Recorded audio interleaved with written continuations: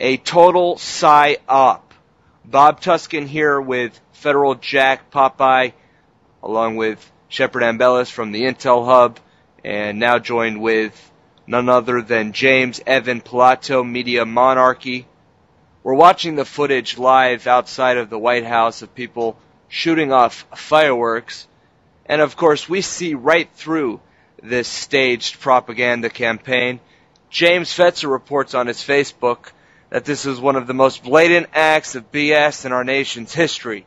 A man who could so directly and badly lie in announcing the death of a man who died on or about 15 December 2001 could also directly and badly lie about his birth certificate. They are announcing that Osama was taken out by Obama. Now the wars can continue, the predator drones can keep killing, and no one will care about where Barack was born. I think, like James Fetzer just mentioned in that piece there, that this is absolutely a distraction, taking us away from some of the real issues in regards to 9/11. And yes, he's been dead for quite some time. Let's talk a little bit more, though, about the PSYOP aspect of this. It's almost like they've paid actors to go out in front of the White House and celebrate. Let's start with Federal Jack. Popeye, what's your take?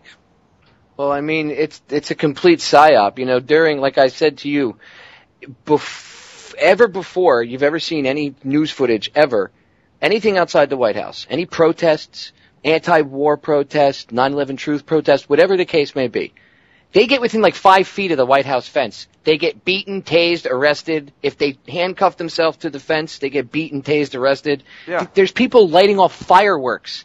Now we're supposed to be at the highest, or a threat condition level higher than we were, right? So all these military bases are on lockdown, right? We're all supposed to be worried about the false flag attack that's coming because they're going to blame it as retaliation for us killing bin Laden, right? And yet these people can light off fireworks out in front of the White House.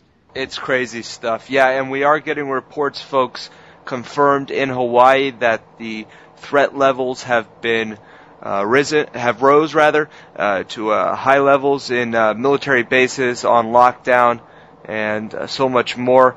Let's get James Evan Pilato's take on this. You're just getting into the studio, James. From what you can tell, PSYOP, huh? I would have to say so. Like I said, yeah, I'm a little behind. I only discovered all this about 20 minutes ago. I haven't seen any footage of pretty much anything, Obama's speech or any of it. But one thing I would have to say is that if we're watching these protests going on outside the White House, just as we're watching all this other news break, that it's important at a point like this to save our news and tape, make sure you tape what's going on television and save PDFs of some of those articles. Because as we were kind of talking about off mic a few moments ago, could this be another situation of pulling the Saddam statue down in a staged move, or even the guys yelling for the recount in 2000, you find out they're operatives? Yeah, it seems to me like this is absolutely staged. Shep, you've been covering the birther issue quite in-depthly.